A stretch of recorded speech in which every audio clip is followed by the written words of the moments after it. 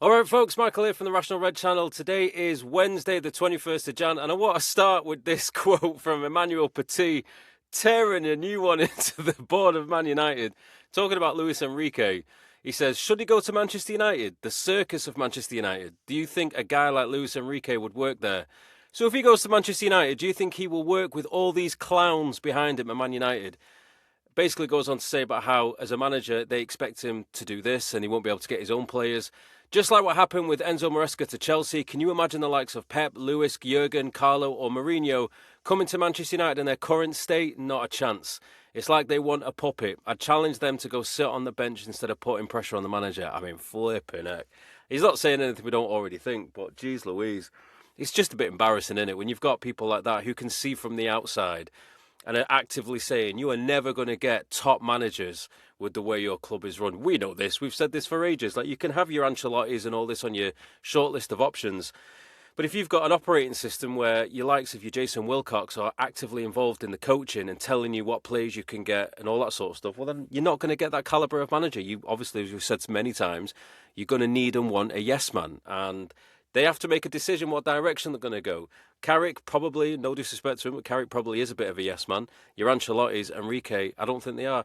I just can't see it happening. I don't think someone like Enrique, if you go for someone like that, you're going and thinking, right, that's what he did with PSG. Let's see if he does it to United. I don't for a second believe that we would get Enrique PSG at United. I just don't see it. I just think the way we're set up would just hinder that kind of progress rather than accelerate it. So I don't think. But speaking of that, obviously the narrative going around at the moment is if Carrick continues to perform well, would you keep him on? Right. And obviously there are two very clear, fair arguments to both sides of this argument, the yes and the no's.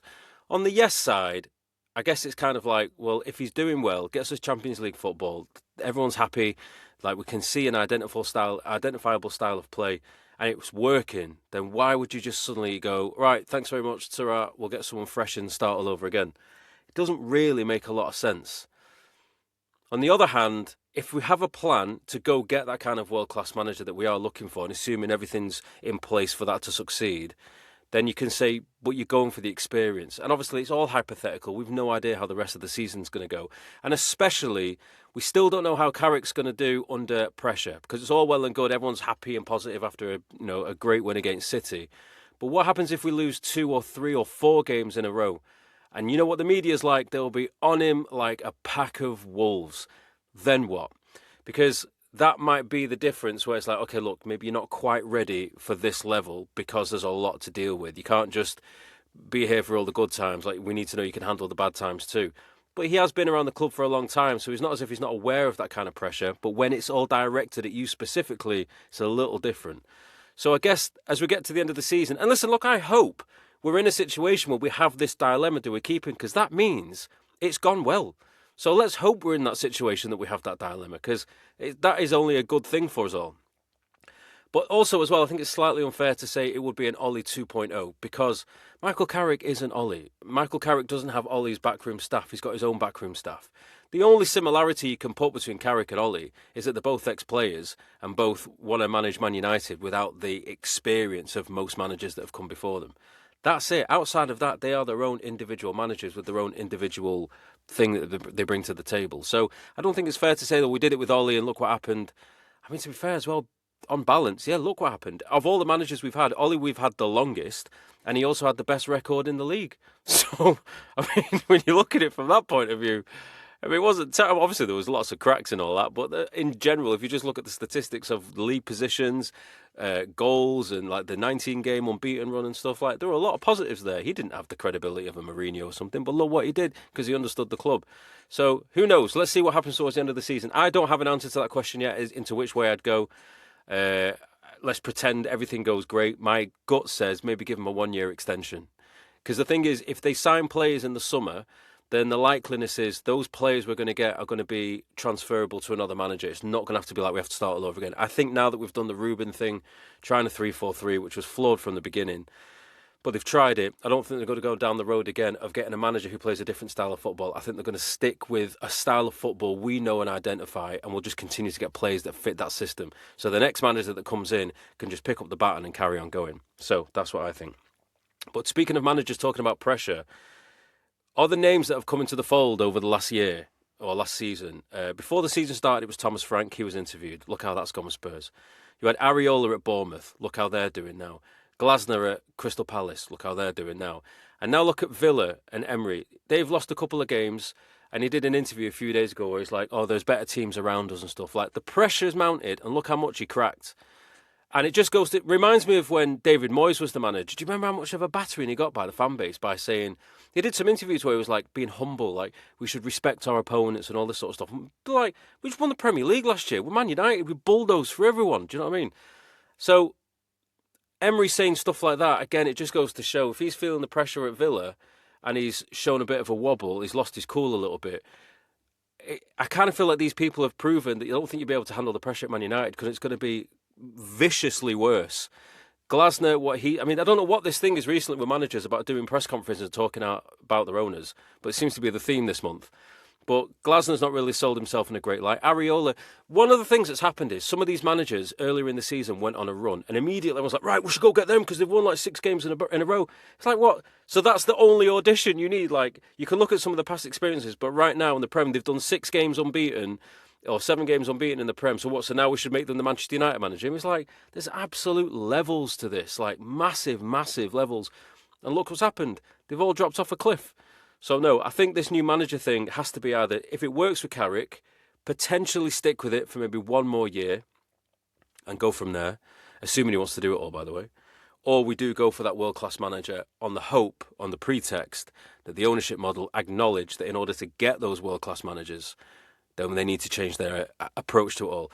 I don't know why, and listen, I might get slated for saying this, I just don't see Enrique as the right fit. I don't see Nagelsmann as the right fit. The only ones I would go for are your Tuchels. I'd debate a De Zerbi because of what he did at Brighton, but then again, you see he's another anti-yes man, so you'd probably struggle there with outbursts. But Ancelotti, for me, I know they're 67 years old, long term. Is he going to still want to be managing at 75 years old? Is that going to help us long term? Probably not, but I don't know. I just kind of feel like he seems to be the one that could fit outside of Carrick, and depending on how that goes, we shall see. The thing that's going around on social media at the moment is about Carrick going to the under-21s game yesterday, and everyone's comparing it to Ruben. Ruben did go to one under-21s game, it was reported, but apparently he didn't stay for all of it. He only went to a part of it. We just need to stop with the comparisons now. Look, I've made it perfectly clear, during Amrim's tenure, I was all in and back in the process. Not because I was all right with mediocrity, not because I was all right with all the flaws, because I was fed up of this rinse and repeat cycle of hiring and firing and never seeing a process through. And despite the wobbles, despite the ups and downs, there were measurable progress stats to latch onto and go, right, we've barely strengthened and we've only done one area. That area is now flying. We've got loads more strengthening to do and we're already improving in certain areas. So let's keep going because this could work longer term. And he worked hard on the foundations. So it was more about the process than the manager specifically. But it's all over now. It's done. To keep harking back to Ruben this, did that. Just get over it. It's done. Like another one was like, Ruben didn't do a farewell message to the fans. Like, so what? Mourinho didn't. Van Gaal didn't. Some others didn't as well. Doesn't matter. Just chapters closed. You move on. End of story. I know it can be frustrating for some fans because like they're constantly singing his name, they're backing him. You'd think he'd maybe ignore the board, but say to the fans, I appreciate all your support. I totally understand that. I can totally understand that. But I think it's time we just move on. There's far too many comparisons with the Ruben era and what's happening now. Like, just it doesn't seem to matter anymore. One thing I was going to say was about Arsenal coming into the next game. I was going to Arsenal for the next game, sorry. Now, initially, I was going to say they dropped points again in the Premier League last weekend. We were flying. Obviously, I know it's one game. We don't know what's going to happen in the next one. But my mindset was like, what if we go to Arsenal and they're on a little bit of a squeaky bum time because they know they can't afford to drop any more points. And they've got a team, a rival kind of, coming to them really G'd up. Could that pressure make them wobble even further? Well, obviously last night in the Champions League, they fucking pulled out a blinder. So I reckon their confidence is going to be back up now. So obviously Premier League is different. We shall see. But I do believe, I have the same feeling, call it blind optimism, but I do feel like we can probably get a number out of Arsenal. And I am actually going to go for another 2-1. We were 2-0 against City. I was close enough. I'm sticking with my 2-1. I think we can get a number on them. I hope we can, because Champions League top 4 is well within our sight. City, I don't know what is going on there. They have dropped off a bit of a cliff. They got battered last night against not a great team. And I don't like this narrative going around saying, oh, well, there you go. So it wasn't that United was so great. It's just United have dropped off. No, we were great. And that's why we demolished them and should have been 5-6-7-0. We were great. But City have dropped more points in the Champions League. But just imagine, there's 16 games left to go. There's still a lot of football to play. Still a lot of points to earn. There's still a lot of points for teams to drop. Could you imagine City drop points and we go on a run and we finish second or third? It's totally mathematical possible. Just imagine. That would be... I don't think we'll catch up. I think if Arsenal keep going, we're not going to catch them. And obviously, people might think, what are you going on about? We're not going to win the league. I'm not saying we are. I'm just saying there's so much football still to play. Imagine the tides turned and everyone, those there at the top, start dropping points and we start collecting them. Man, that would be a great way to finish the season off. Ndidi and Loftus-Cheek are the ones that were rumoured as like the secret midfielder that we... I think it was Loftus-Cheek as the secret midfielder. Ndidi has been spoken to. Apparently he's nervous about coming back to English football. Look, I was for a Conor Gallagher. I thought, good legs, get him in the midfield. I was up for that at the right price. That got snubbed. There was another one as well. Oh, Ruben Neves. I thought another one could be a good potential target. But Ndidi and Loftus-Cheek, I mean, I don't know. Is it better than nothing? Is it better than nothing? That's the question you've got to ask yourself. I feel like we could do better as to who we are as a club and who we should be trying to attract. But if they've not got the targets that we originally wanted to go for, is it better than nothing for the rest of the season? I don't know. I really don't know. I just feel like it's disappointing that they're our best options, and no disrespect to the players, but it's just, as for where we want to go, they're the players that are going to help us get there, basically, is what I'm trying to say. The one final thing I wanted to... there was another thing, actually. Hang on, that came in this morning. Sources claim boyhood NUFC fan Cole Palmer does not particularly enjoy life in London and misses his friends back home in Manchester. Bring him home. Just bring him home. Pay off that 9-year contract or whatever it is. Bring him home. He's from Wythenshawe. He's absolutely a local lad. He's got. I'm just looking at it now on X, picture they posted of him that's went online about him in his United shirt. You get him in that up front or whatever. Just get him in the team. Do what you need to do in the summer. I can't imagine him saying no. Could you imagine that? That would be amazing if we could get Cole Palmer in. The other thing I wanted to say was, and really there's not a point to this, it's just more of a wider conversation. And it's about the Dalot yellow card. And I know on the day we can turn around and say, yeah, okay, we're lucky we got away with that one. And that is true. Obviously, we'll all feel that because a red card can change the game. And while I still feel that we were dominating regardless, going down a man could change everything. And who knows? But my issue is it's the wider argument that people have of we got away with one. Because we all know that in the next game, we might be the ones on the wrong end of it. And it's just the fact that that is a thing that is a problem. And I find it frustrating. Of course, I'm not going to sit here and say, I wish Dalot got a red card. Of course I'm not. But I am going to be really pissed off if in Arsenal we get a red card that we shouldn't have done. It costs us the game. So it's just that whole narrative of the fact that these real bad inconsistencies are still a thing. And that's not even including the VAR controversies where they're looking at replays and like, how have you got that wrong? Like, it's ridiculous. So I guess there's no point to it. I don't know how you fix it, but it's unless the PGMOL have a massive overhaul. But it's just a frustration that we have that narrative of, we got away with one, knowing full well that next time we won't get away with one. And the very nature that is a thing is deeply frustrating. And I wish there was more that could be done to fix that. Get the referee. I mean, I don't know why they're not offering ex-players more incentives to be referees because they understand the game better. Because at the moment, I feel like bad refereeing decisions are killing the game. I think some people say about scrapping VAR entirely, and I get that. But again, because we've had VAR for so long, I think we've got so used to it. We know that when we have, like, let's say a goal disallowed or that shouldn't have been, or a goal allowed that shouldn't have been, because we've got used to VAR calling those because of goal line technology or whatever, if you take that away, the frustration of those then happening will lead people to wish they had VAR back, in my opinion. So I kind of think the only way to do it is keep the VAR. I mean, VAR is just an instant replay feature. It's the people running it that's the problem.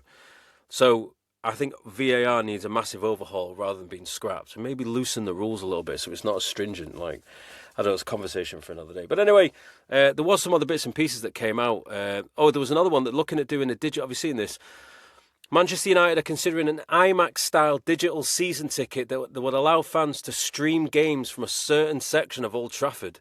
United are well placed for the proposed venture due to technology sponsorships. Now, I'm looking at a picture. This would be amazing. So, if you wherever you are, you go to one of these IMAX studios, you have your ticket, you can then watch the game from a certain angle on the pitch. Which, I mean, one I've got the picture there looks like it's ref cam almost. Very immersive. I would love to experience that. Very, very immersive, because you'd almost feel like you're on the pitch as a player, which would be fantastic feeling to sort of experience. You'll never beat going to an actual game, but as an alternative to experience the game in another way. Very interesting. So I'll be keen to see how that turns out. The other thing was that came out yesterday. That was it, but I don't think I saved these stories. So I'm going to have to try and paraphrase. Apparently, the Glazers are looking to raise another £2 billion towards this stadium. So it looks like plans are still going ahead. It looks like these protests and everything that's going on the 1st of Feb are not affecting them at all, does it ever? As we've all said, because obviously since the City game, the narrative has changed now, hasn't it? United is broken, as the hashtag was trending for ages. No one's talking about it as much anymore. It's all died down, because that's kind of what they do. When the noise starts getting big, they sugarcoat it with either a win on the pitch, which obviously they are lucky for because it gets the attention off them, or they'll, put something out in the media that we're going to sign this player, we're going to do that, and it deflects. And it's happened again. The City game has deflected the attention that was building. Prior to that City game, it was all over the place, all over social media, the 58, the hashtag that was trending. As soon as the City game won, everything just went in that direction. And again, this is the problem, isn't it? We all say, if you really want to make change, you've got to hit them in the pockets. If they now say they're going to give us a shiny new stadium and all this sort of stuff, it's just deflecting away again. So on goes the battle. Anyway, right, I'm going to leave it there. Enjoy the rest of your day, folks. I'll see you on the next video.